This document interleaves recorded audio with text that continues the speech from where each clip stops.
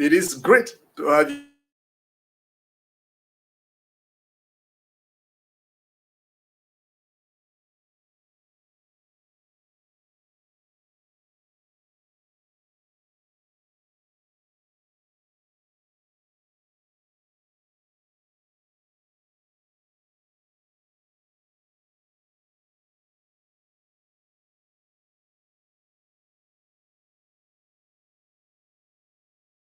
ground.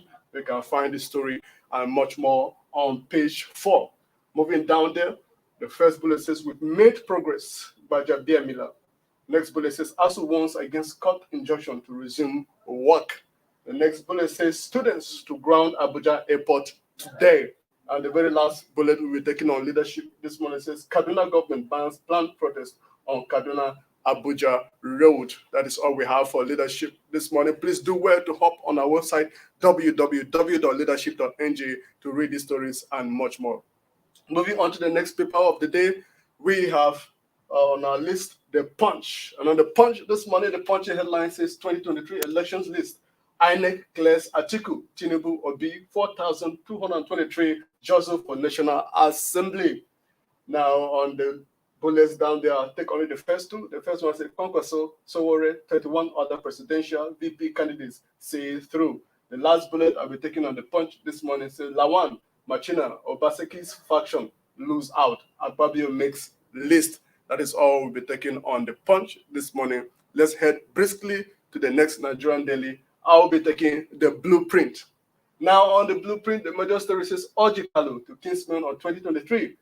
Igbo presidency not feasible now, urges support for Asiwaju.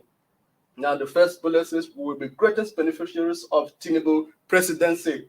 Next bullet says dismisses impeachment threat against Buhari. The very last bullet on Blueprint says agitation triggered by security challenges. That is all we have on Blueprint this morning.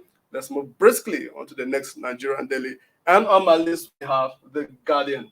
And on The Guardian this morning, the story says FG to leave behind 60.9 trillion naira debt, other liabilities in 2023. We're taking the first two bullets, and that'll be all we're taking. First bullet says Buhari seeks Senate's approval for 402 billion naira promissory notes. The last bullet we'll be taking on The Guardian this morning says FG stays more aggressive in local debt mobilization. That is all we have on The Guardian this morning. Let's move on to the very last paper of today. And on my list, we'll be taking THISDAY. And on this day, lawmakers lament as Nigeria's debt reaches an all-time high of 42.84 trillion naira. I'll take the first bullet and leave the rest for the panel discussion. First bullet says 6 states FCT owe 5.281 trillion naira local debt. Lagos tops list with 797.3 billion naira. That is the story we have on this day. Don't go just yet because the show is just getting started as Winifred and our guests are in the house to talk more about these stories. Now, please join us again tomorrow by 10 a.m. for more. Stay tuned for the next session. I am Tion Joseph. Do have a great day.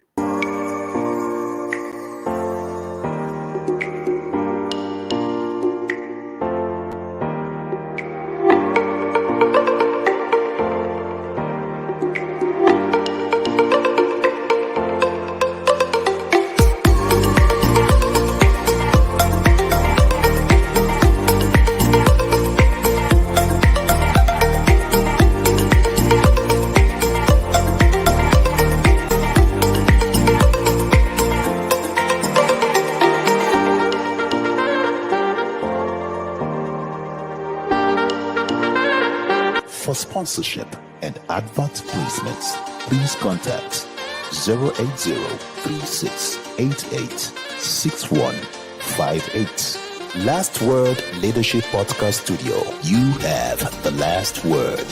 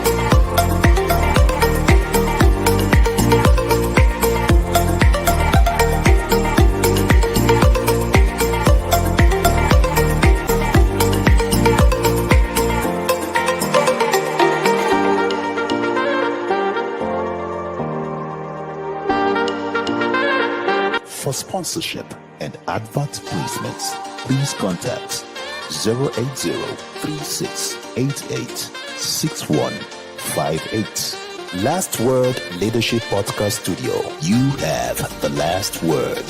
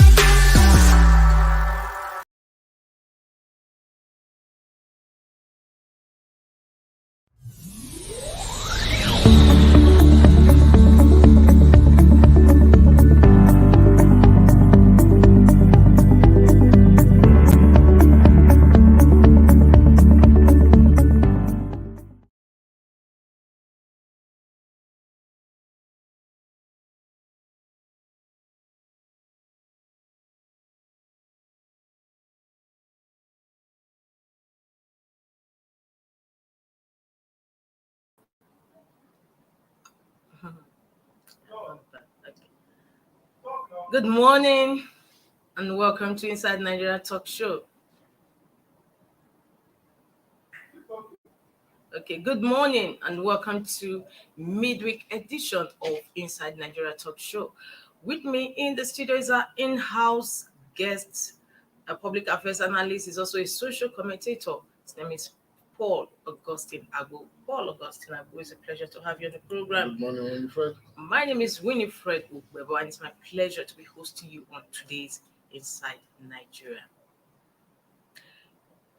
Yes, the much-awaited INEC register is out, and they did publish names. We started list of candidates taking part in next year's 2023 elections. Leadership has the news on its cover. It says 219 days after, NAS waits into ASU strike. Federal government wants union to shift ground. We've made progress, says Majab, the Speaker of the House of Representatives. ASU wants. Oh, sorry, I can't see that. Paul, what is your take on this? It's been about how many months now since ASU has been on strike since February 14th, and there's no end to the impasse. So what is your take on that? Yeah, Winifred, some people have this opinion that it's a little late, the actions of the National Assembly, especially the one coming from the Speaker. You recall having been bashed on social media by Nigerians. You remember that his photograph he took while at Harvard Business School, also leadership school. He got a lot of bashing for displaying nonchalant, this careless attitude towards the feelings of over 2 million Nigerian students and their parents. Well, it's also okay because perhaps some people will see the whole thing and see as the Speaker wants to score cheap political points by presenting himself as somebody who loves Nigerian students. But a lot of people keep on asking, why now? We didn't wait in 6 months ago, 5 months ago, 4 months ago. Why now? That the campaigns are around the corner. And Paul, if you go by the calendar of ASU strike in the country, you see that this is the longest it's had so far. Why is this so? Let me take the right that he said we made progress, says the Speaker of the House of Representatives, Bajabe Miala. ASU wants against court injunction to resume work. Students to ground Abuja airport today. Kaduna government bans planned protest on Kaduna Abuja. In fact, when I left home early, 219 days. Yes, I left home early because I was afraid any blockage. They will make good their threat. Yes, any blockage of the road will affect my coming to the office. So I had to, in fact, as at 5 o'clock, I was set. 5:30, I was already set, and to leave my place, because just to avoid any of these issues. But where actually are we now? Because there's been negotiation. The last time we heard, they said they want federal government or President Muhammad Buhari to revert this no work, no pay stance. So where are we? Government cannot continue. I've said it on this platform. I've said it on this platform that government cannot continue to grandstand on this no work, no pay. ASU is not the first and will never be the last. The same federal government paid doctors, went back on strike, nurses, teachers, a lot of other union members, that have gone on strike. Why is it that it's ASU that is? See, what I see is ego between the Minister of Education and a few others, and perhaps it gives credence to the saying that because most of these top government officials, their kids don't school in Nigeria, and they don't care. And look at what the First Lady did just a few days ago. You know that students ASU has been on strike. Over 2 million Nigerian students are at home. As a wife of the president, you are supposed to be circumspect in your public messages. You go to social media and display picture of your daughter-in-law who just graduated with flying colors. Congratulations to her in architecture from a UK university. What message are you trying to send?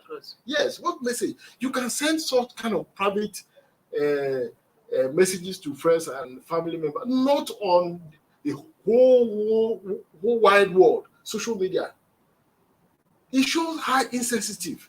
And that is why you see ASU has not been able to come into concrete agreement. If I may chip in, we still have the same ASU national president's daughter, like this picture that made the rounds, the second to the last daughter, also graduating from overseas university. So, what is your take? The present ASU, that's all unpatriotic, and it gives room for a lot of questions. If a whole ASU president's daughter is graduating from a foreign university, then the man has no credibility to attack government again. That's when both ASU members and government officials are not committed to this country. I don't expect an ASU executive child to school abroad. If it's true, I have not. It has not for me. I have not. It's still an unconfirmed story. But if it's true, then I'm highly disappointed. I'm highly disappointed. It shows that we just milk the country and take the resources elsewhere, and that is not good. It's not a good example.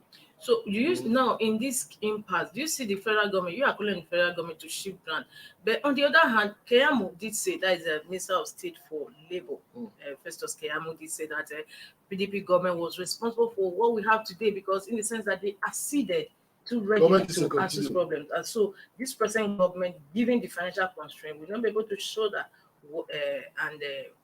accede to government is a country. Why is the present government collecting loan? Taking loan for another government to pay. So government is a country, you should leave that one alone. That is why they contested an election and won. They got mandate. That is why it's called mandate. Nigerians gave you mandate to manage the affairs of this country. Leave past government out of it. Leave past government out of it. That is not way to, for me, it's a chicken defense. Live up to your responsibility as a government of the day and leave the past government. This agreement was signed in, yes, we know, in 2009 or thereabout. 2009. Then Jonathan was not the president. 2014, Jonathan was, was vice president then. Yes. You know, there was also an ASU strike during 2014 too. Yes. Just before the elections. Yes, Jonathan personally intervened. Yes. And that is what ASU is praying for now. The president direct intervention. There's a way the president can solve this problem, because as commander-in-chief, if you sit down, the president is not bigger than meeting with ASU, because the better you solve it now, The earlier you solve it now, the better for your administration. Because Nigerians we are gravitating into campaign season. Yes. So it will be better for you. Because you are making things difficult for your presidential candidate to sell his person his candidate and that of the party. What is 6 or 7 months salary that you cannot pay this gentleman? Whereas we have people, I've said it on this platform, we have people, public workers, who are not contributing anything in this country and are earning billions. Example, Kaduna Refinery, Port Harcourt Refinery, Warri Refinery, and the petrochemical.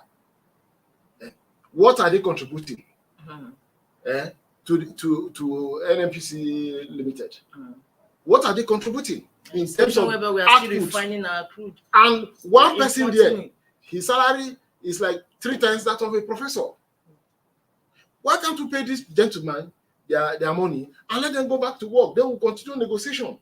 Look at what you can do within the reality, the financial reality of the country.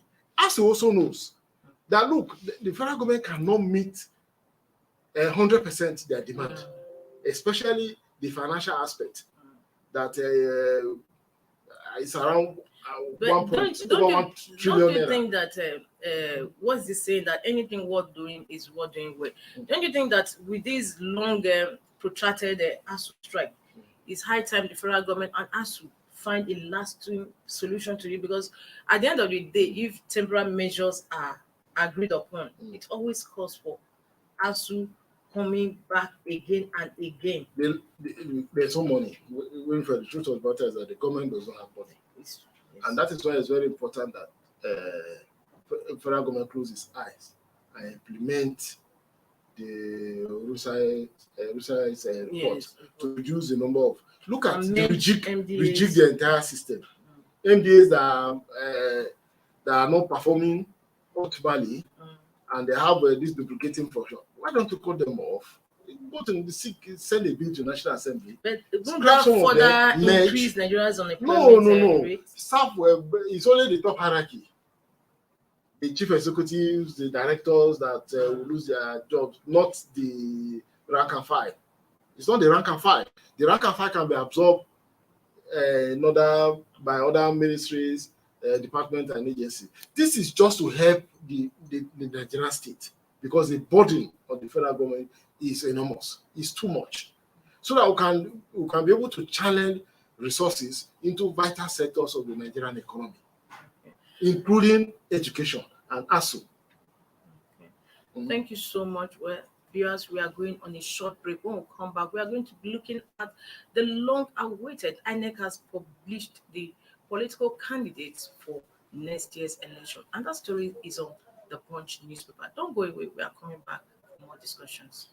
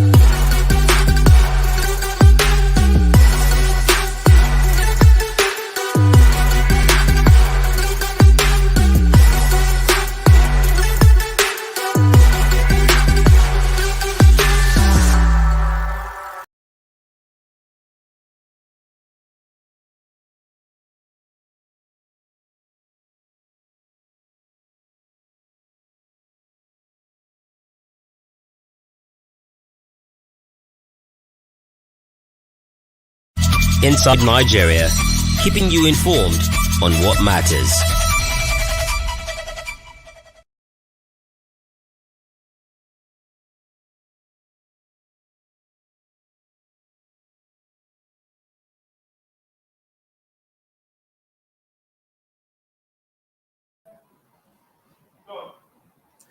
This is Inside Nigeria, reaching you on Leadership Television. And with me in the studio is an in-house public affairs analyst. He's also a social commentator, Paul Augustine Agbo. Paul, it's always a pleasure to have you on the program. Thank you very much. My name is Winifred Webo, and this second part of the program, we are looking at INEC register. Let's see the story once again on the Punch newspaper.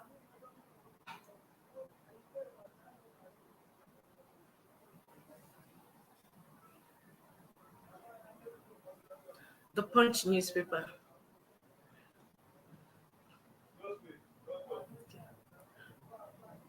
Paul, what do you have to say? INEC, the long-awaited list is out. Yes, 2020-23 election list. INEC clears Atiku Tinubu Obi 4,223 just so for National Assembly. Kwankwaso Sowore 31 other presidential VP candidates say through. Sorry. Lawan Machina Obaseki's faction lose out. Akpabio makes list. Former President Jonathan Abdusalami Kuka call for peaceful votes.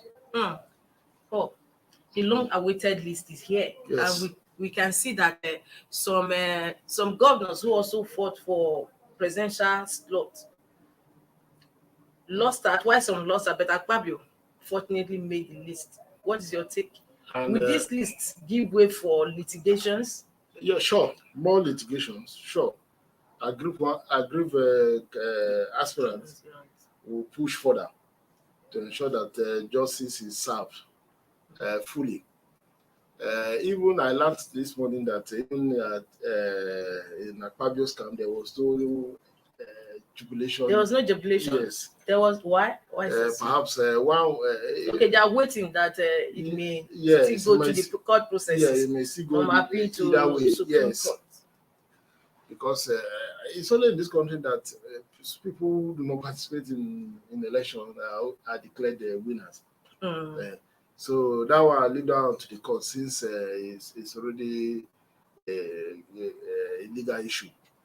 But I'm also saying here that we have over 3 out of these 4,223 candidates. For national Only 300 and a little above 300 are women, and for the presidential candidates, only one. Okay, yes, there's one. Only one. There's a female. Then for Senate, we have about out of the over 1,000, about 98 or 92 are female. Then 288 for House of Reps, something like that. So I must give it to the women, especially if out of the 92, if 20 or 25 wins, it will be a big one for us. We can see that in this present NAS, we have just few women. Very few, and the numbers are declining. After each election season, the number keeps on going down. And the politics has become so tough, so toxic for women to win election because one, the cost, the political meandering is pretty difficult for women. As a woman, perhaps if you are seen attending meeting at night, midnight, it's not easy. Even if you are independent, it's not easy. So I must give it to the women, and I pray that a lot of them come out successful, because we need more female parliamentarians in parliament, like what is obtainable in other climes, especially Rwanda, even Kenya and South Africa. Yes. The last election in Kenya, I think Kenya has about 45 to 47 states. Seven of the states currently are governed by women, elected women, governors. Here, we've not had one. Not one at all. In Kenya, a country of about 47 million, with about 45 states, they have about 7 female governors, democratically elected. That's a good one. That's a good one. It's a plus. I pray that Nigerians look the way of women this time around, because look at where we are. who brought us here? Mostly the men. So the women should be given that opportunity to at least lead us in some, at least at some level. But for the list, well, congratulations to those who made it. Made the list. Yes, who made the list. That's not the end. That's not the end, because there will be a lot of litigation. So people want to pursue it to the highest level, Supreme Court, appeal court level. So at least those who have made it now can now start work. And we also saw that the Senate president also lost that on the list. Let's go back to the Punch newspaper again.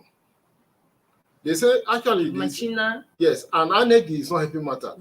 No, you didn't put either Machina and or Lawa or somebody else. Lawan, Machina, Obaseki's fashion loser. In other words, that slot is vacant. It's vacant. Does it mean now that it's vacant? You know that list is not a legal document. Yes. It could be it can be an evidence in court. So the PDP candidates now will want to be joined in the suit, in any suit that we made or we managed from that the absence of Lawal and Machina, APC candidate. The PDP candidate will want to be joined in that suit to any level. Why is that? You want to make a case that PDP has no candidate, APC has no candidate, and you want to give reasons why the time has passed. Substitution time has also passed. So APC has no business in that election. It will be not. So somebody's name ought to have been there. It shouldn't be vacant. It shouldn't be vacant. Because the PDP man will go to court and say, look, I'm the only authentic candidate as per the major parties.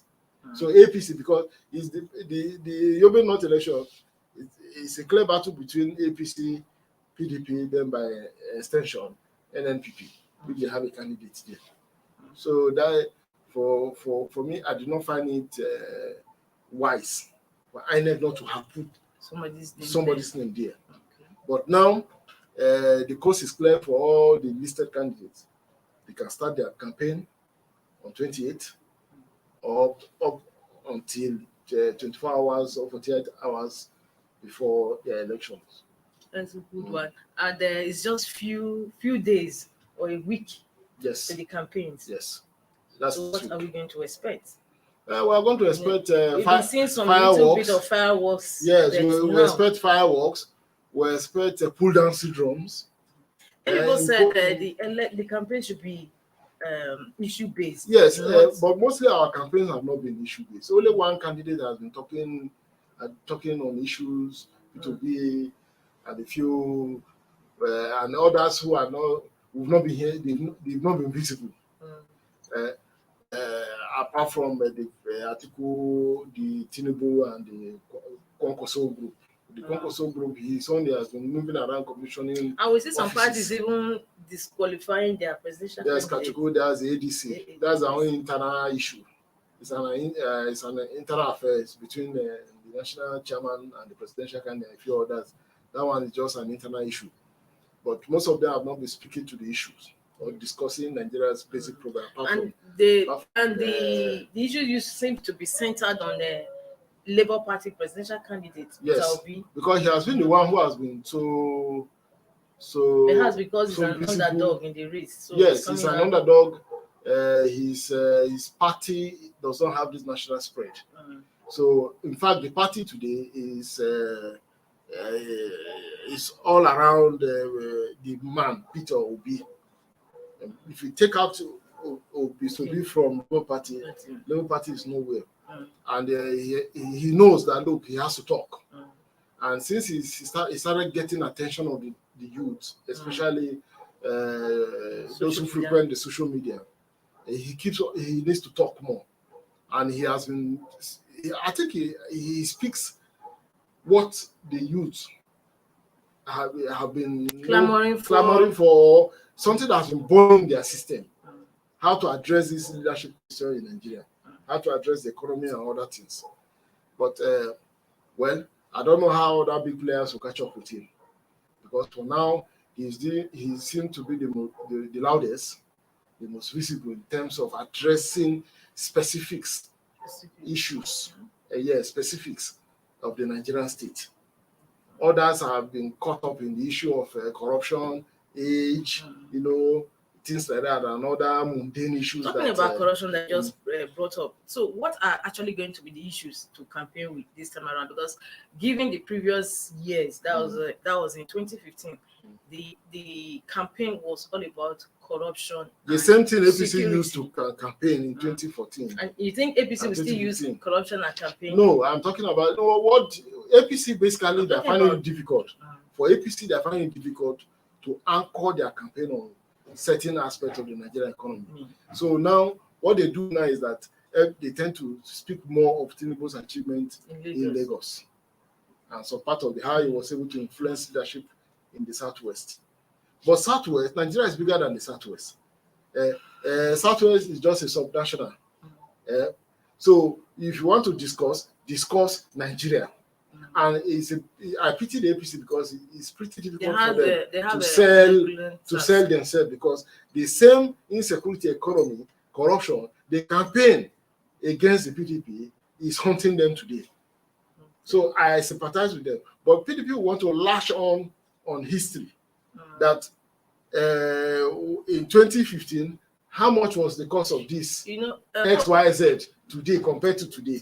When we were there, everybody was smiling. Now, if people are angry, it talks about what we had in Edo State, what played out in Edo State. Remember the parties, the governorship candidate, they switched camp. Yes. Why the one of former APC went to PDP? Yes. PDP. So what they did was, what Obaseki did his campaign was to be playing videos of the former APC chair Shomole campaigning against the APC candidate that time. Yes. And that seemed to do the work. So is it going to play out this time around? What would the PDP use?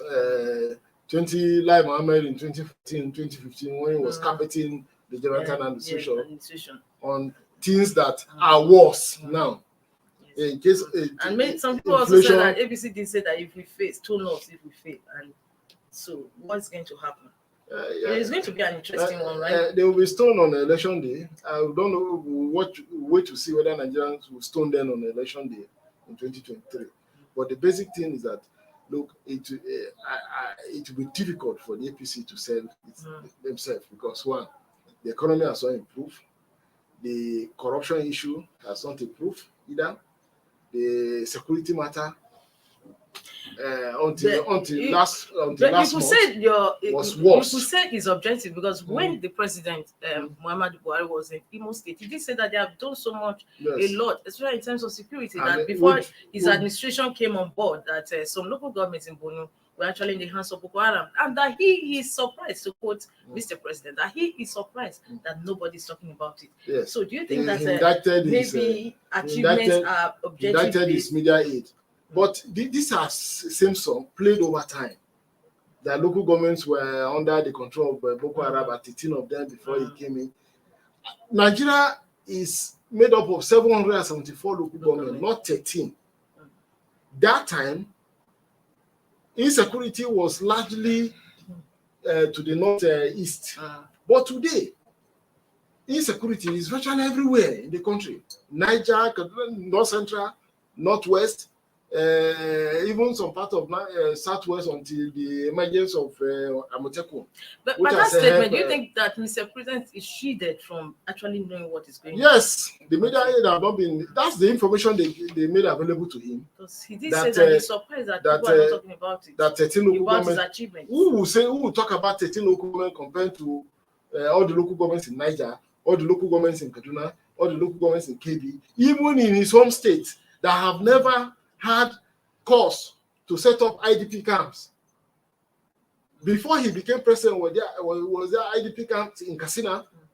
So the president is talking based on information made available to him by his aides. That is not a selling point. In fact, it will make Nigerians more angry. Thank you so much. Without wasting much ado, we are moving to the next topic on our conversation today, and that is the issue of debt. Let's see what this is saying on Nigeria's debt. This day newspaper says lawmakers lament as Nigeria's debt reaches an all-time high of 42.84 trillion naira. Lawmakers lament as Nigeria's debt reaches an all-time high of 42.84 trillion naira. And the rider says 36 states, FCT owe 5.2 trillion naira local debt. Lagos tops list with 797.3 billion naira. House decries crude oil theft, seeks solution. Minays driving economy into coma. Lawan cries out. Assures INEC of National Assembly support to achieve transparent, credible polls next year. Me and Barry request NAS approval of 402 billion naira to settle debts to exporters states. That is on this day. And the same debt story is what is leading on the Guardian. Let's see how Guardian write this story. Okay. Guardian newspaper says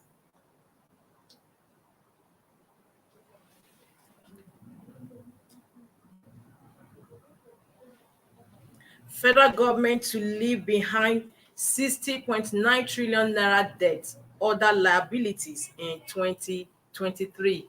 Federal government to leave behind 60.9 trillion naira debt, other liabilities in 2023. Buhari seeks Senate approval for 402 billion naira promissory notes. Federal government states more aggressive in local debt mobilization. States eternal debt exposure falls by 78.3 billion in 6 months. Local debt rises by over 18% in same period. Government silent on CBN overdrafts, undocumented sub-national debts. Paul, this is a weighty story. Really weighty. 60.9 trillion naira That's debt, inclusive other of other liabilities. contingent liabilities. Yes, liabilities. That's a lot of money. That's a lot of money for a struggling economy to pay. And that is why I said the government, you just take responsibility and keep in store for the next government. And in fact, even going by the fuel subsidy regime, Yes. if they continue in that trajectory, there will be capital vote in 2023. So why is the government existing? Even 17 are debt. Why is the government existing when government cannot fund capital projects? So government will only exist to service debt, pay salaries. What are they doing? The common man will not benefit anything from government as far as 2023 is concerned. If they go by what the Minister of Finance said recently. So where are we heading to? We look like a lazy nation, a nation that is unwilling to help its condition. Yes. We are not a productive nation. We don't even know how many crude we get. Consume every day. We we even produce. How many crude we drill? OPEC gave us allocation. We cannot even meet that allocation. While other countries are even asking for expansion of the allocation so that they can take advantage of the fallout of Ukraine-Russian war. We are here struggling between 1,900,800,000 barrels per day, when we're supposed to be producing about 1.7, 1.9 million. Where are we heading to? That is for the oil sector. Manufacturing. Most of the industries are not working. If you go to Kaduna now, most of the textile factories now, they've converted some parts to beer parlors and Kamat. Yeah, in Kaduna. If you go to Sharada Industrial Park, Industrial Estate in Kano, Bompire, and the rest, they are all living, they are just, if you go there, you just weep for the industrial sector in this country. The same thing is applicable to other parts of Port Harcourt, Aba, where we have a couple of industries. What is happening? And that is why you have this army of the unemployed. Okada, Keke Napep is a sign of poverty. I agree with Governor Sanwo-Olu. He said this in some years back when they started making this move to banning Okada in Lagos. He said Okada is a sign of poverty. When you and I were growing up, those days, you can recall, there was no Okada, there was no Keke. Our parents go to the market and come back using taxis. But today, Okada all over. And that is a true sign of poverty, a nation that is not growing. And that is why I agree with P2B that if Nigeria wants to wiggle out of this economic quagmire, she has to be a productive nation. Produce what consume. Sorry, Paul. Over time, we've had candidates saying all this. It's been all rhetoric. Yes, rhetoric, including the current government. A consumer nation to a productive nation. Yes. We have to leave dependency on crude oil to farming and all whatnot. But we are still here. The president tried what do you expect? What are you expecting the incoming administration to do differently? The incoming administration, look, that you have to be bold enough to say, look, change begins with me. In the sense that, look, this high-class vehicle, this taste for foreign goods, we must cut it down. Take, for instance, what is wrong if the ministers, if the president directs all his cabinet members to drive in made in Nigerian vehicles? I don't want to see you in Toyota Prado, Toyota, wherever, Lexus or whatever. Go, let us adopt 1 or 2 or 3 made in Nigerian vehicles. Yes, the efficiency might not be as good as that, but the more we use, the manufacturers will learn and innovations will come. If federal government declares that all cabinet members, MDAs must use made in Nigerian vehicle, I can bet you Innocent will move to Abuja and set up a plant for maintenance, for production of parts. Then from there, we'll go to household, even offices. Let us reduce this penchant, this taste for foreign goods. By the time we adopt a policy, like a deliberate policy like that, you will see the local manufacturing sector will come alive. Innocent does not produce every part of the vehicle. They leave some of those, even Toyota, they have Denso and others that produce Toyota parts. The more you buy Toyota cars, the more Denso also produce parts for Toyota. So the more you buy made in Nigerian goods, there are other smaller companies that produce for them. I will also benefit. By the time we start doing, how did we conquer the entertainment sector? We should ask ourselves. What we did was simply to buy machineries, production machineries, mixers and the rest from abroad. And we now blended our own style of music using those equipment. And today, it's a huge success. It is. We should learn from that entertainment sector, how we're able to conquer that sector to our own favor in other sectors. We have this penchant. My son went to school in the UK. He went to Harvard. He went to this, he went to that. You will never hear any politician say, my son went to the University of Maiduguri or University of Abuja here. So let us learn how to be, how to consume our own product. If we do that in the manufacturing sector, industrial, tourism, and others, things will improve. But President Buhari told that line because it shut down the borders for our local produced rice. But at the end of the day, we still have the fact that our locally produced rice became even more expensive. No. See, not issue of it's what we are having. It's not even more expensive. I won't agree with you totally. But I must also give that credit to the president. Today, most Nigerian households consume made in Nigeria rice. It's also expensive. But it's not as expensive because it's predicated on Almost the same price. It's predicated on the general cost of doing business in Nigeria. The rice are not produced just like that. It has to go through a process, including transportation. There are machineries that process the rice. They run on power. They run on, and when there's no power, the machine has to be run using diesel generators.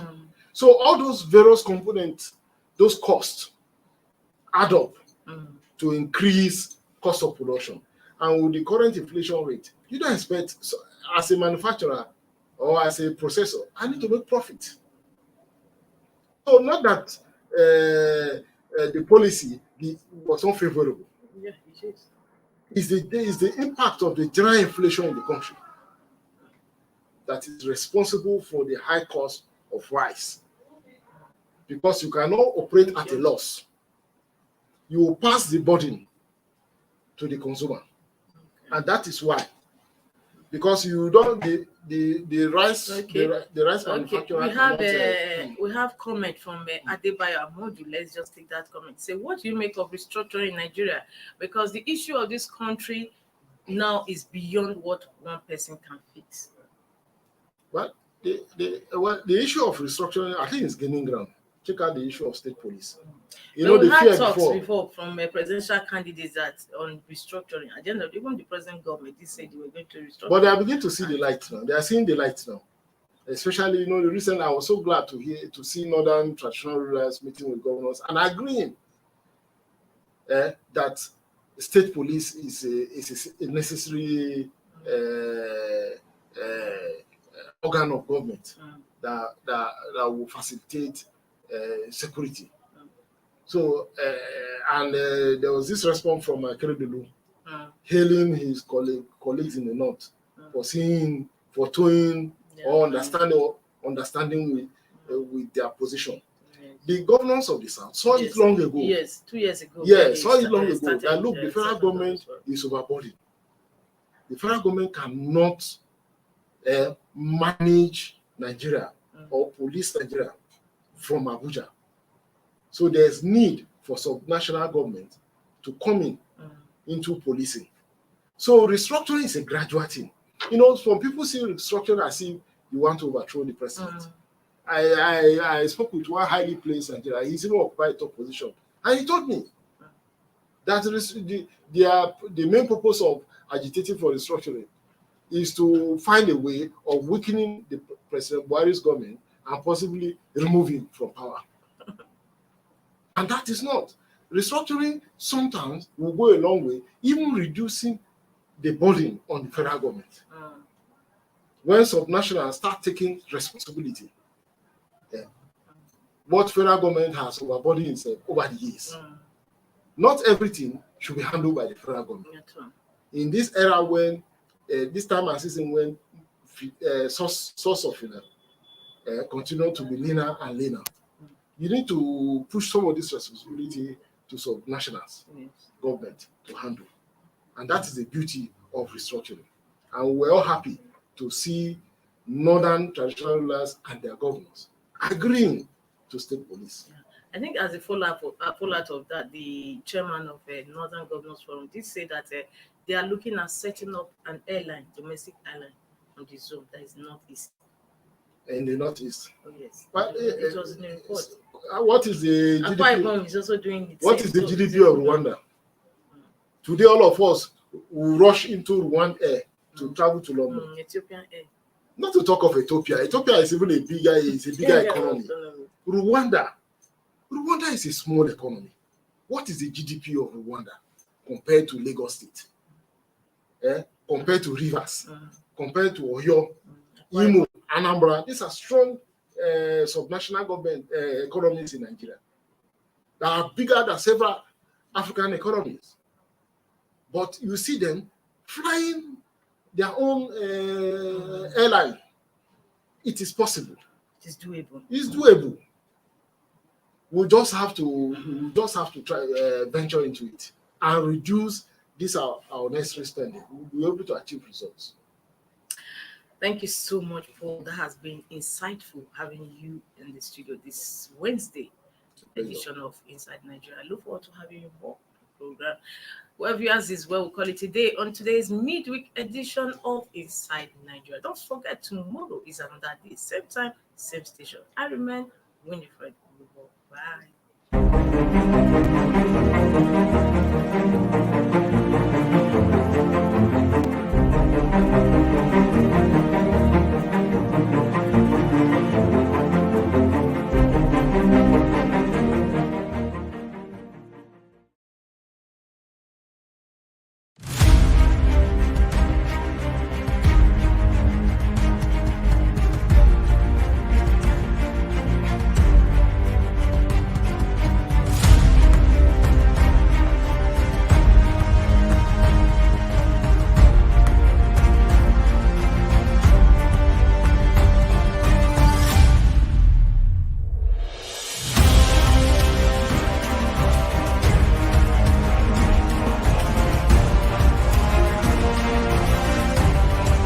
Thank you for watching. Thank you for watching. For sponsorship and advert placements, please contact 080-3688-6158. Last Word Leadership Podcast Studio. You have the last word.